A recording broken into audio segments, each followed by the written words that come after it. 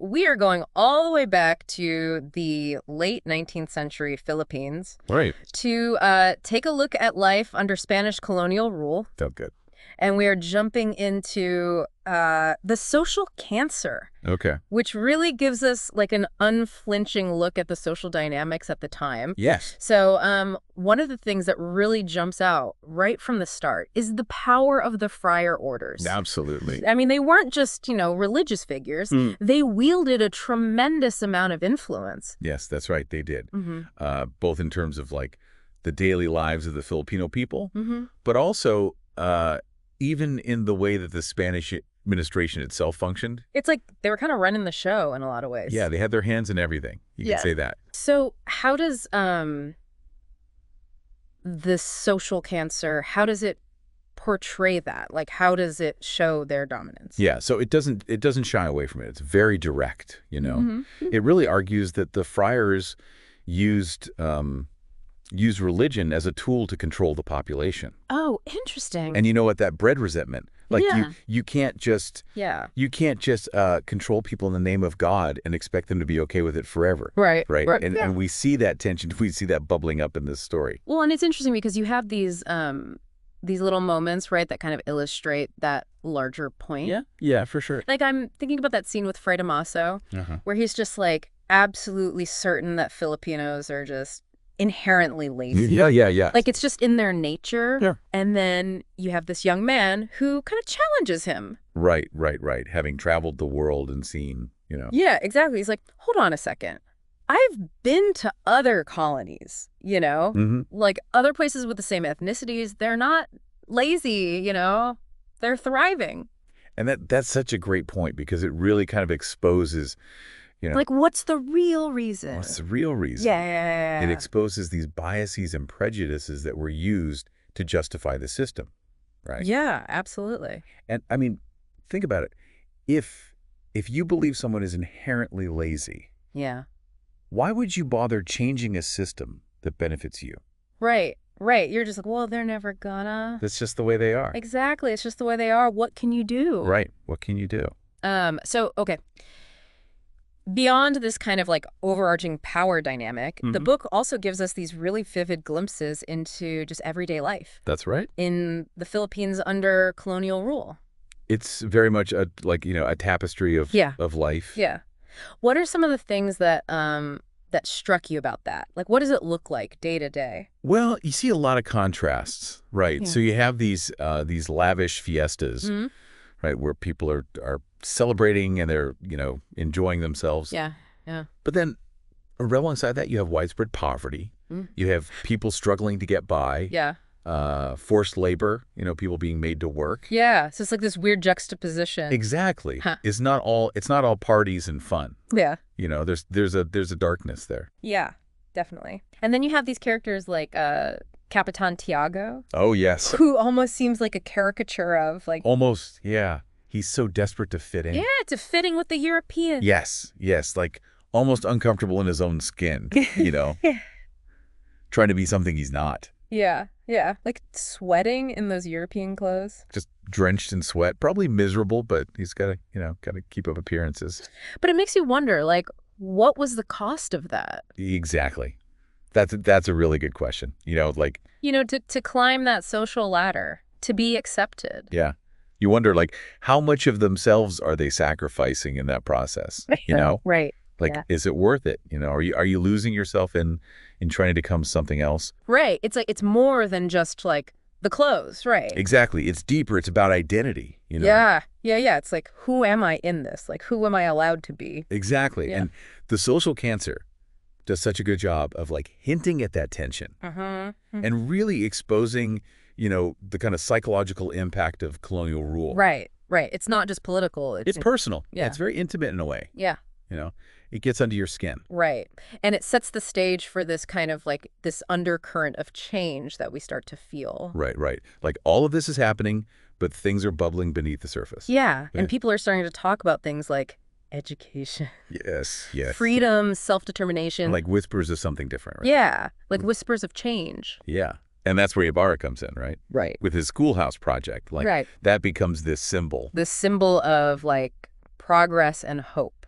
Yeah, exactly. It's not just a building, it's an idea. And it's interesting because, like, that scene where they're laying the cornerstone, Yeah. it's, like, so incredibly tense. Like, you can just feel it. Yeah. Like, everyone knows what's at stake, you Yeah. know? It's more than just a ceremony. Yeah, and the way Padre Salvi just, like, pointedly overlooks Ibarra when he's handing out, like, the ceremonial trowel. Yeah, like a very deliberate snub. Right. I don't see you. Yeah. I don't recognize you. You're not important. And then, of course, the scaffolding collapses. Oh, yeah. As if it could get any more tense. Right. And, of course, like, it just happens to be when Ibarra steps up. Right. Oh, what a coincidence. You're right. What are the odds? Right. It's like, are we really supposed to believe this was an accident? Yeah, it makes you wonder, doesn't it? You know, it doesn't explicitly say it was sabotage, but... It doesn't have to.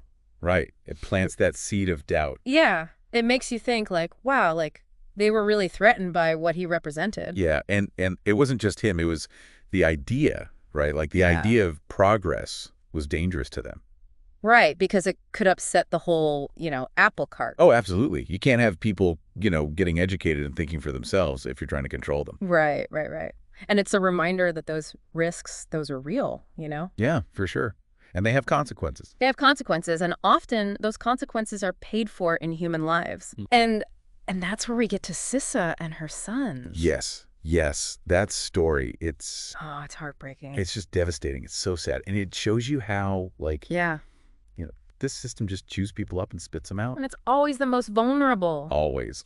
Who suffer the most. It's like, that's... They don't have the power to fight back. It's awful. Yeah. And it's like, the social cancer really drives that point home. It does. It makes you confront the human cost. Yeah. Of everything that's happening, It's a heartbreaking story. It really is. And it's like a stark reminder, that these aren't just abstract issues. Right, not at all. These are things that affect real people's lives. And I think the social cancer does a really good job of showing that, like, by weaving together those individual stories against the backdrop of, colonial rule. Absolutely, yeah. Through characters like, Sisa, Elias, Maria Clara, we see how these larger forces of change, these tensions, are playing out in the lives of ordinary Filipinos. Right, and how people are trying to navigate that system, right? Yeah. Trying to find their place within it. Exactly. And not just survive, but also, resist in their own ways. Yeah, and I think Elias is a really good example of that. For sure, yeah. He's such a fascinating character because he's been so deeply affected by, the injustices of the system. Right. But at the same time, he's willing to put himself at risk to try to make things better, to help Ibarra. Yeah, there's a real sense of, like, both the pain inflicted by the system, but also that potential for resistance. He embodies that, I think, in a really powerful way. Yeah, he's kind of caught between those two forces. Yeah. Totally. And it's like, that's the reality of living under colonial rule, right? Like, you're constantly trying to figure out, like, how do I survive? Yeah. But also, how do I fight back? How do I speak true to myself and my community? And then you have Maria Clara, who, on the surface, she's often seen as this, like, symbol of purity and innocence. Right. But I think she shows a lot of quiet strength throughout the story as well. Absolutely, yeah. I mean, she's definitely put through the ringer, right? But she never completely breaks. Yeah, and even though she might seem fragile or delicate, she makes some really tough choices, to protect the people she loves. That's right. And that, to me, speaks to her resilience. Right. She's not just a damsel in distress. She's a complex character who's trying to make the best of a bad situation. Right, and that's something I really appreciate about the social cancer, is that it doesn't just present these, like, one-dimensional characters. No, not they all have their own complexities, their own motivations, their own struggles. Yeah, they feel like real people. Yeah, exactly. And I think that's one of the reasons why the book is so powerful, because it's not just a dry historical account, Right, it's a story about people. Exactly. Their hopes, their dreams, their fears, It captures the human side of history. Yeah, and speaking of capturing something that really struck me was the way that the book portrays superstition and, like, religious fervor in Filipino society at the time. It's almost like another layer of control, Yeah. You see characters clinging to these rituals and beliefs, even as those beliefs are potentially being used to manipulate them. Right, and it's almost like you want to laugh, but it's also kind of terrifying at the same time. It's so true. Like when you think about, I think it's Dore, right?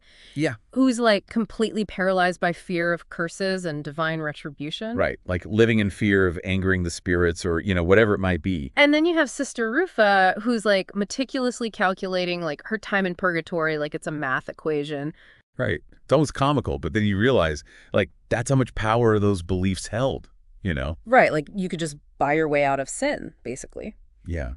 And that highlights how religious authority was leveraged to, maintain order. Yeah. And to extract resources, let's be honest. Exactly. But it also exposes the hypocrisy, right? Yes. Like all this emphasis on Christian piety and morality, while at the same time you have all this corruption and exploitation going on. Right. And it makes you question, like, who are those morals really serving, Right, exactly. Like, is it really about faith or is it about power? It's a good question. And it's a reminder that power can be twisted, right? Whether it's religious power or political power, it's often used to, target the most vulnerable. That's right. And we see that time and time again, right? With Sisa and her sons, with the nameless prisoner, Andong, who's tortured into confessing to a crime he didn't commit. Yeah, it's tough to read those stories. It is. It is. But they're so important, because they remind us of the very real human cost of what's happening. It's easy to get lost in the politics and the social dynamics, but ultimately,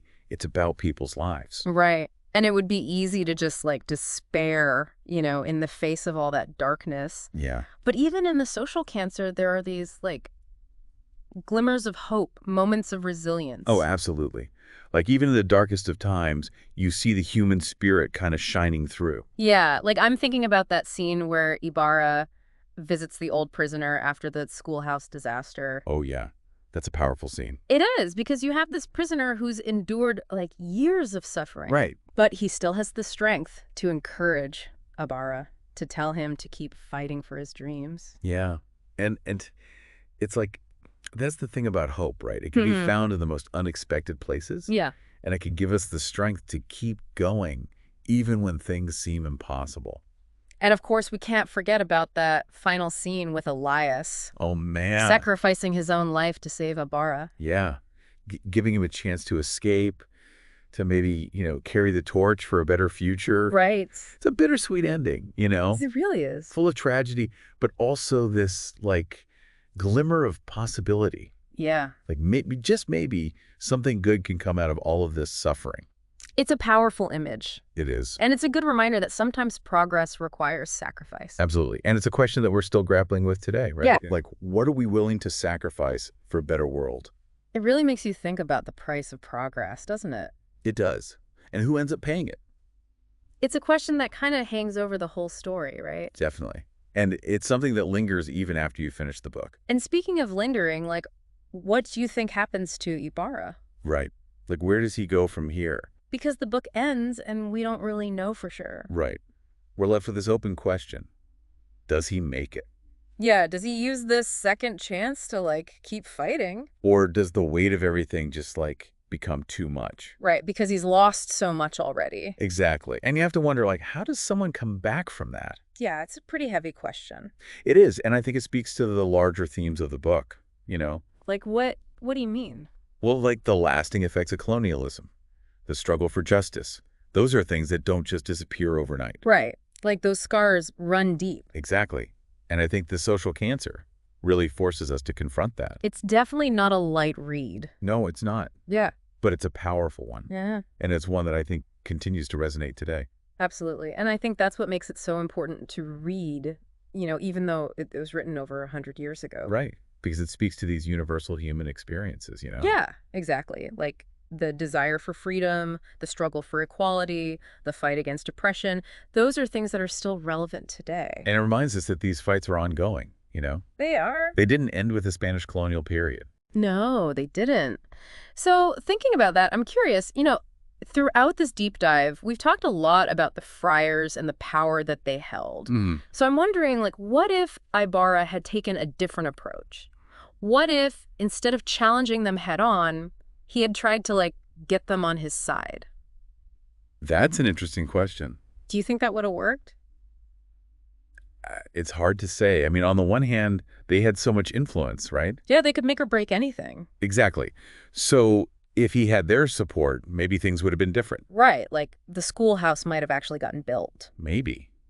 But on the other hand, their power was so tied to maintaining the status quo. That's true. Like they had a vested interest in keeping things exactly as they were. So maybe it wouldn't have mattered. Maybe not. Or maybe it would just look different. It's kind of like that question we were talking about earlier about the price of progress. Right. Like what would Ibarra have had to give up to get their support? Exactly. Would he have had to compromise his vision? Exactly. It's a tough call. It is. And unfortunately, we'll never know for sure. No, we won't. But I think that's part of what makes the social cancer so compelling, you know? Definitely. It makes you think. It does. It leaves you with these questions that you can keep wrestling with long after you finish the book. Absolutely. And I think that's a sign of a truly great work, when it stays with you like that. It does. It sparks these conversations, these reflections on history, on society, even on ourselves. Exactly. And those conversations, they're so important. They are. And on that note, I think we'll wrap up this deep dive into the social cancer. We hope you've enjoyed this journey back to the late 19th century Philippines and that it's given you some food for thought. As always, thank you for listening. At the end of this podcast, please share your thoughts on the book, and if you enjoy this content, don't forget to like and subscribe for more.